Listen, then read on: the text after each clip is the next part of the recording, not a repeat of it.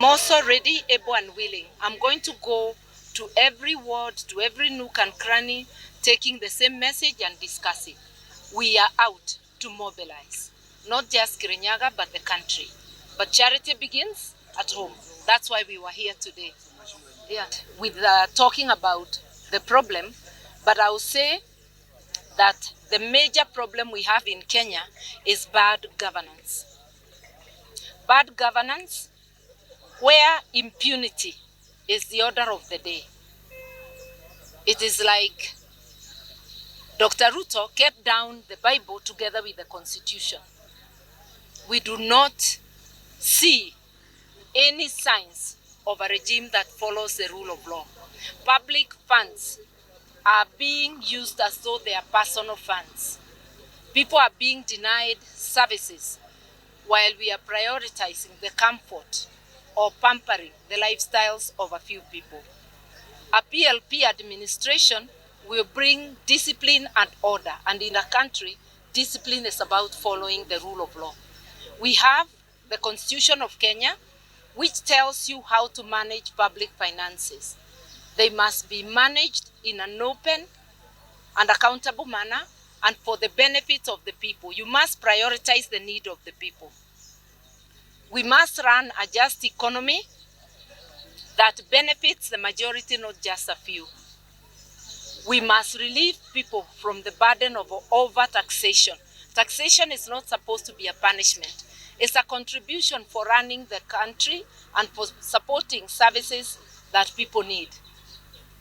We need to return to the basic principles of taxation, taxing people what they can afford, not taxing them to punish them and take away their ability from being able to manage their lives. And we must give them services that are commensurate with the taxes they paid. I keep repeating that in the Kibaki administration, of which I was a member, the government did not raise taxes.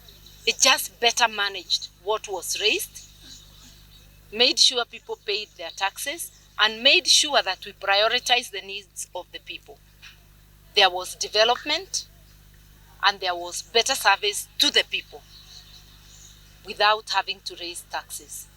We would also make sure that we take away the burden of education from the parents by ensuring that the taxes that you pay can give our children universal education from the lowest level to the highest.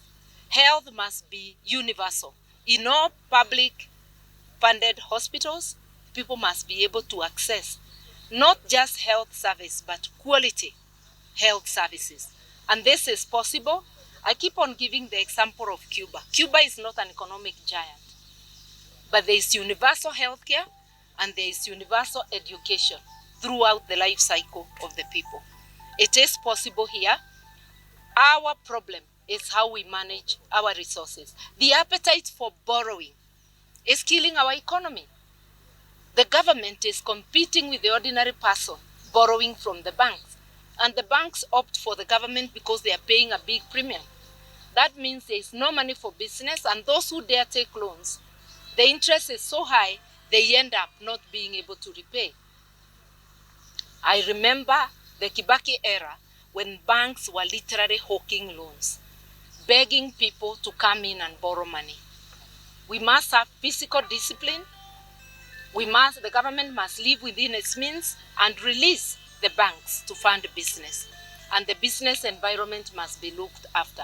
There are many, many things that are on offer from Martha Karua as a candidate and from the People's Liberation Party. We must be food secure, and that means investing in agriculture. You don't give people corrupted fertilizer and you want food security. It is better to invest in the farmer, especially the small-scale farmer, because the bulk of our food is from the small-scale farmer. It's also better to invest in the small and medium-term enterprises. Stop telling us about tax holidays of 20 years to people who invest 3 billion. Our over 7 million small-scale and medium enterprises are the greatest employer, are the greatest investor, are your most dependable. They will not relocate to anywhere else. They are local. Invest in them. If there is any tax holiday, make sure that they are enjoying very low taxes and support to improve their services. That is how you build a country. And you do not build a country by taking all the educated youth abroad to do menial jobs. We need their brains right here in this country. You manage the economy better, the private sector will offer the jobs. Just imagine the 7.4 million medium and small scale enterprises.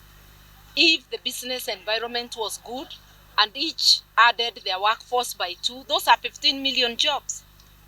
Our graduates, our educated youth, I want to tell you there is hope. But we must invest in good leadership for all these things to come. And I believe I have the qualifications and the ability to compete with my brothers and emerge the candidate of choice. I also believe that collectively we have the ability to make the People's Liberation Party the party of the moment and the party of choice for Kenyans. Thank you.